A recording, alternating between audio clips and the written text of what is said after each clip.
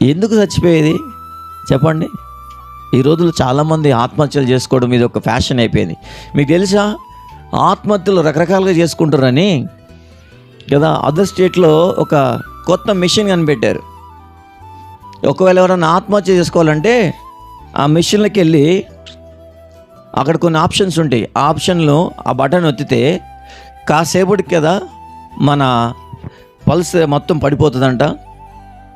అంటే మనకి నొప్పి అనిపించదు, బాధ అనిపించదు, ప్రాణం వెళ్ళిపోతుంది.